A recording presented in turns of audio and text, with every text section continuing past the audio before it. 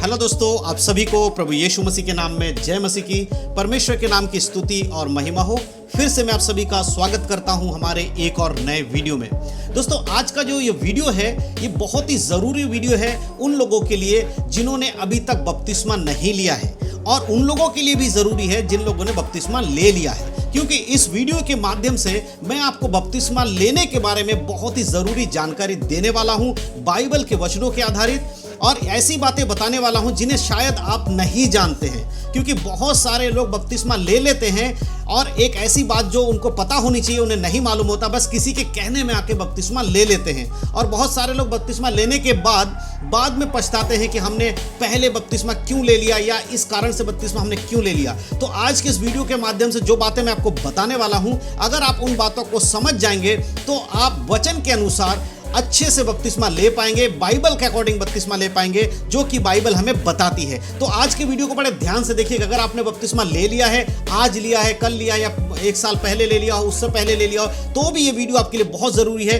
क्योंकि हो सकता है कि जब आपने बपतिस्मा लिया हो तब आपने ये गलती किया होगा। अगर आपने ये गलती किया है तो परमेश्वर से क्षमा मांगिएगा और फिर वचन के अनुसार अपने जीवन को चलाइएगा। और हो सकता है कि आप में से बहुत सारे लोग अभी तक बपतिस्मा लिए नहीं है, बपतिस्मा लेने के विषय में विचार कर रहे हैं, तो भी आप बड़े ध्यान से आज की वीडियो को देखिएगा। क्योंकि अगर जो गलती पहले लोगों ने किया अगर आप अब करेंगे तो बाद में आपको भी पछतावा होगा और आपके जीवन में पछताने के अलावा कुछ नहीं बचेगा। इसलिए ज़रूरी है कि आप आज के वीडियो को बड़े ध्यान से देखिए, क्योंकि मैं बहुत ही ज़रूरी बातें बताने वाला हूं बपतिस्मा के ऊपर। इस विषय में बहुत सारे लोग नहीं बोलते हैं, बहुत सारी कलीसियाओं में इस विषय में ज़्यादा शिक्षा नहीं दी जाती है, लेकिन हमारे चैनल पर आपको बाइबल के अकॉर्डिंग शिक्षाएं ज़रूर मिलेंगी। तो वीडियो को बड़े ध्यान से देखिए, स्किप करके बिल्कुल मत जाइएगा, और वीडियो को अपने मसीह भाई बहनों में शेयर करना बिल्कुल मत भूलिएगा, ताकि उन लोगों तक भी ये सारी जानकारी पहुंच सके और वो भी अपने जीवन को बाइबल के अनुसार चला सके। तो चलिए दोस्तों, ज्यादा देर नहीं करते हो, आज के इस वीडियो को हम सब मिलकर शुरू करते हैं। तो दोस्तों, जैसे कि मैंने वीडियो की शुरुआत में बताया कि आज मैं बात करने वाला हूं बपतिस्मा के ऊपर।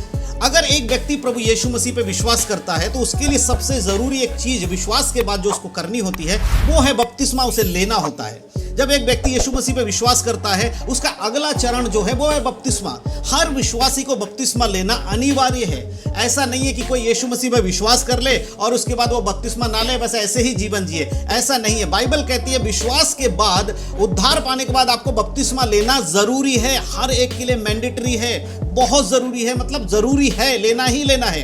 लेकिन बपतिस्मा लेने का तरीका बहुत जरूरी, आपको जान लेना चाहिए। अगर आप गलत रीति से बपतिस्मा लेंगे तो भी आपको समझना होगा कि वो गलत है।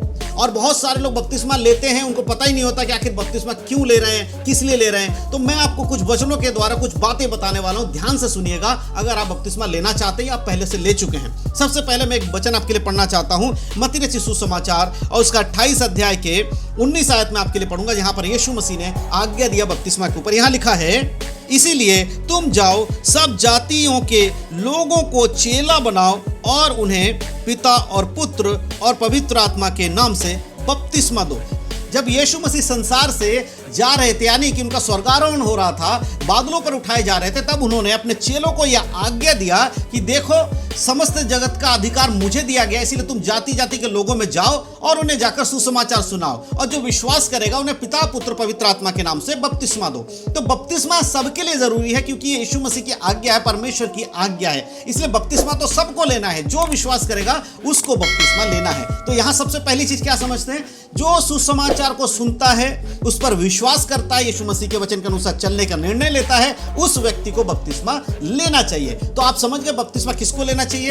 हर व्यक्ति जो चर्च में जाता है, बस जाकर चर्च में चले गए, आ गए, चले गए, आ गए, एक संडे गए, बीमारियों की चंगाई के लिए गए, प्रार्थना करने के लिए चले आए, तो क्या उसे बपतिस्मा लेना चाहिए? नहीं, बपतिस्मा उसी को लेना चाहिए जो यीशु मसीह पर विश्वास करता है और अपने पापों से क्षमा पाकर जो पवित्र जीवन जीने की कोशिश कर, उसको बपतिस्मा लेना जरूरी है। हर किसी के लिए बपतिस्मा नहीं है। बिना विश्वास किए लोग अगर बपतिस्मा लेंगे वो गलत होगा। दूसरा एक वचन मैं आपके लिए पढ़ना चाहता हूं। दूसरा वचन हम पढ़ेंगे प्रेरितों का काम, उसका 2 अध्याय और उसका 37 आयत को अगर मैं आपके लिए पढ़ूं। यहाँ पतरस देखिए क्या कहते हैं। यहाँ पर हम जानते हैं पेंतीकोस्त के दिन जब पतरस ने लोगों को आकर सुसमाचार सुनाया, अन्य अन्य भाषाओं में सबने बात किया, उसके बाद लोगों ने उनके प्रचार को सुना, उन लोगों का हृदय छिद गया और उन्होंने पतरस से पूछा कि हम क्या करें। तो उस वचन को एक बार मैं आपके लिए पढ़ना चाहता हूँ। वहाँ पर लिखा है, तब सुनने वालों के हृदय छिद गए और वे पतरस और शेष प्रेरितों से पूछने लगे, हे भाइयों, हम क्या करें? यहाँ पर उनके हृदय छिद गए और उन्होंने पतरस से पूछा कि अब हम समझ गए कि हम पापी हैं, हमने यीशु मसीह को अपने उद्धारकर्ता नहीं माना था, लेकिन अब मान लेते, अब बताइए हमें क्या करना होगा। तब पतरस ने 38 में कहता है, पतरस ने उनसे कहा, मन फिराओ और तुम में से हर एक अपने अपने पापों की क्षमा के लिए प्रभु यीशु मसीह के नाम से बपतिस्मा ले, और तो तुम पवित्र आत्मा का दान पाओगे। यहाँ पर पतरस कह रहा है सबसे पहला मन फिराना है और अपने अपने पापों से मन फिराकर प्रभु यीशु मसीह के नाम से बपतिस्मा लेना है, और उसके बाद तुम पवित्र आत्मा का दान पाओगे। तो जो व्यक्ति यहाँ पर हम देखिए मन फिराया हुआ व्यक्ति ही बपतिस्मा ले सकता है। जब तक एक व्यक्ति बपतिस्मा लेता है, अगर वो मन फिराया हुआ नहीं है तो उसका बपतिस्मा सही नहीं है। बहुत सारे लोग अब बपतिस्मा क्यों लेते हैं, मैं अब आपको मेन बात बताना चाहता हूँ। जो इस वीडियो का मेन टॉपिक है वो ये है कि बहुत सारे लोग क्या करते हैं, अपने शादी करना चाहते हैं अपने बच्चों की, तो कहते हैं ठीक है हम अपने मसीह में शादी करना चाहते हैं, तो एक काम करते हैं पास्टर जी हमारे बच्चों को बपतिस्मा दे दो, क्योंकि बपतिस्मा के बिना तो शादी होगी नहीं। तो कई सारे माता पिता लोग क्या करते हैं, अपने बच्चों का बपतिस्मा जबरदस्ती करवा देते हैं, क्योंकि उनको शादी करवानी है ना। शादी के लिए बपतिस्मा सर्टिफिकेट की आजकल जरूरत पड़ती है, इसलिए वो बपतिस्मा इसीलिए लेते हैं ताकि उनकी शादी हो जाए। तो अगर आप ऐसा कर रहे हैं, आपका मन नहीं फिराया, आपके परिवार वालों के कहने पर आकर, आपके पास्टर के कहने पर आकर कि शादी होना है तो बपतिस्मा लेना जरूरी है, तब अगर बपतिस्मा आप ले रहे हैं, क्या वो बपतिस्मा बाइबल के अनुसार सही है? नहीं सही है, बिल्कुल सही नहीं है। शादी करना है इसलिए बपतिस्मा ले रहे हैं। बहुत सारे लोग क्या करते हैं, जब कलीसिया में जाते हैं तो उनके बच्चे होते हैं जो स्कूल जाना चाहते हैं, तो उनका इच्छा होती है कि हम अपने बच्चों को अच्छे इंग्लिश मीडियम क्रिश्चियन स्कूल में पढ़ाएंगे। तो क्रिश्चियन स्कूल के बहुत सारे रूल होते हैं, जिस रूल में ये भी है कि उस परिवार के व्यक्तियों का बपतिस्मा होना चाहिए, बच्चा अगर बड़ा है तो उसका बपतिस्मा सर्टिफिकेट होना चाहिए। ये सारी चीज़ों को मांगते हैं। अगर आप क्रिश्चियनिटी स्कूल में या आपको क्रिश्चियन दिखाकर एडमिशन कराना चाहते हैं तो ये मैंडेटरी होता है। ऐसे में बहुत सारे लोग एडमिशन करने के लिए अपने बच्चों का स्कूल में खुद का बपतिस्मा सर्टिफिकेट बनवा लेते हैं, और बच्चों के लिए भी कहते हैं कि पास्टर जी हमारे बच्चों का तो एडमिशन नहीं हो रहा है, सर्टिफिकेट चाहिए, जल्दी से आप बपतिस्मा दे दो, सर्टिफिकेट बना दो, हमारा एडमिशन हो जाएगा। अगर इस तरह से भी आप कर रहे हैं तो भी गलत है। और आज के समय में ऐसा बहुत हो रहा है कि लोग स्कूल के नाम पर, शादी के नाम पर बपतिस्मा सर्टिफिकेट लेने के लिए झूठे बपतिस्मा ले रहे हैं। ऐसे बपतिस्मा को बाइबल सपोर्ट बिल्कुल नहीं करती मेरे प्रियो। बपतिस्मा के लिए सबसे जरूरी है एक व्यक्ति का मन फिराना, और अगर एक व्यक्ति मन फिरा लेता है उसके बाद ही उसे बपतिस्मा लेना चाहिए, और बपतिस्मा उसके अंदर से आती है बातें, उन चीजों को समझने के बाद ही बपतिस्मा लेना चाहिए। एक और वचन प्रेरितों के काम में ही मैं आऊंगा, उसका 8 अध्याय के 36 आयत। यहाँ पर हम देख रहे हैं फिलिप्पुस एक व्यक्ति के पास जाते हैं। वो व्यक्ति जो है एक राज्य का खोजा है और वो उसका खजांची है, उसके पास जाते हैं। वो यरूशलेम से वापस आ रहा है और यशायाह नबी की किताब को पढ़ रहा है। पवित्र आत्मा फिलिप्पुस के अंदर डालते ही जा और उससे बातें कर। जब वो उसके पास पहुंचता है, उससे कहता है तू जो पढ़ रहा है बाइबल में, क्या तू इसे समझता है? तब वो व्यक्ति फिलिप्पुस से कहता है जब तक कोई मुझे समझाएगा नहीं मैं कैसे समझूंगा। तब फिलिप्पुस उसे पूरी बातें बताता कि यीशु मसीह कौन है, यीशु मसीह जगत में क्यों आए, यीशु मसीह के द्वारा ही उद्धार क्यों है। ये सारी बातें बताने के बाद वो व्यक्ति उस वचन पर विश्वास करता है। और देखिए आगे वहां क्या वो निर्णय लेता है, उसको पढ़ते हैं। हम पढ़ेंगे 8 के 36 प्रेरितों का। यहाँ लिखा है, उस मार्ग में चलते चलते वे किसी जल की जगह पहुंचे। तब खोजे ने कहा, देख यहाँ जल है, अब मुझे बपतिस्मा लेने में क्या रोक है?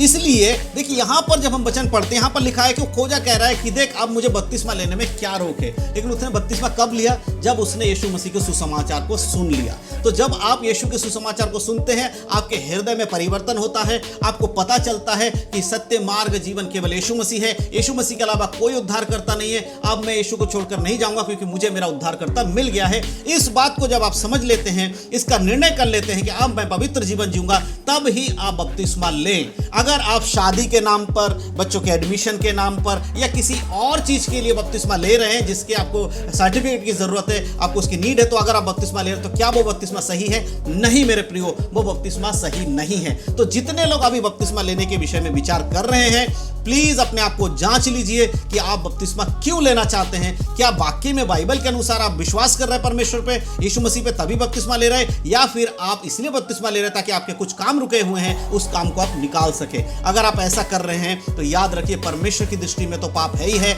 इसका आपको सजा भी भुगतना पड़ सकता है। और अगर किसी ने पहले बपतिस्मा ले लिया है और इन्हीं कारणों से लिया है कि भाई उसे एडमिशन कराना था, शादी करनी थी, इसलिए लिया है, तो परमेश्वर के पास बैठकर क्षमा मांगिएगा अपनी गलती के लिए और प्रभु से प्रार्थना करिएगा कि वो आपको क्षमा करे और एक पवित्र जीवन जीने में मदद करे। अगर आप ऐसा नहीं करते तो मेरे प्रिय याद रखिएगा कि आप परमेश्वर के वचन के विरोध में जा रहे हैं। आज बहुत सारे कलीसियाओं में इस बात की शिक्षा नहीं दी जाती है। बहुत सारे जगह सिर्फ बपतिस्मा लेने के लिए कह दिया जाता है कि भाई आप आओ चर्च में, 6 महीना रुको, साल भर रुको और बपतिस्मा ले लो। कहीं कहीं तो चर्च में आने के बाद ही बपतिस्मा देना शुरू हो जाता है। 1 दिन 2 दिन चर्च में आए, तुरंत आ जाओ जी बपतिस्मा ले लो। उनको ना मन फिराव की बातें बताई जाती है, ना उन्हें सत्य बताया जाता, ना उनको समझाया जाता यीशु मसीह को आने, बस जबरदस्ती बपतिस्मा के लिए धकेल दिया जाता है। क्योंकि बहुत सारे कलीसिया में रिकॉर्ड बनाते हैं कि हमने तो इतने लोगों को बपतिस्मा दे दिया, हमने उतने लोगों को बपतिस्मा दे दिया। ये भी गलत है। अगर कोई पास्टर, कोई विश्वासी ऐसा कर रहा है, उसको नहीं करना चाहिए। बपतिस्मा कभी भी जबरदस्ती से, फोर्सफुली किसी को नहीं दिया जाता है। ये परमेश्वर की ओर से है, जिसके मन में आएगा वही बपतिस्मा ले। अब मेरे प्रियो, मैं विश्वास करता हूं जो बातें मैंने बताया आप समझ पाए हैं कि बपतिस्मा लेना जरूरी है, लेकिन किस कंडीशन में लेना है ये जानना भी हमारे लिए उतना ही जरूरी है। तो विश्वास करता हूं इस वीडियो के माध्यम से, बताए गए वचनों के माध्यम से आप सारी बातों को समझ पाए हैं। अगर आपको समझ में आए तो अपने जीवन में लागू करिएगा और वीडियो को अपने मसीह भाई बहनों में शेयर जरूर करिएगा, ताकि उन लोगों तक भी ये जानकारी पहुंचे और जो लोग गलती करने वाले हैं, आगे करने जा रहे हैं, उनको भी रोका जा सके, उन्हें सच्चाई को बताकर। तो मैं विश्वास करता हूं कि आप सब मेरी बातों को समझ पाए हैं। परमेश्वर इन वचनों के द्वारा, इस वीडियो के द्वारा आप सबको आशीष दे। यीशु मसीह के नाम में सबको जय मसीह की। God bless you. आशीषित रहें, प्रभु में बढ़ें, उद्धार में बने रहें, यीशु के नाम में आमीन।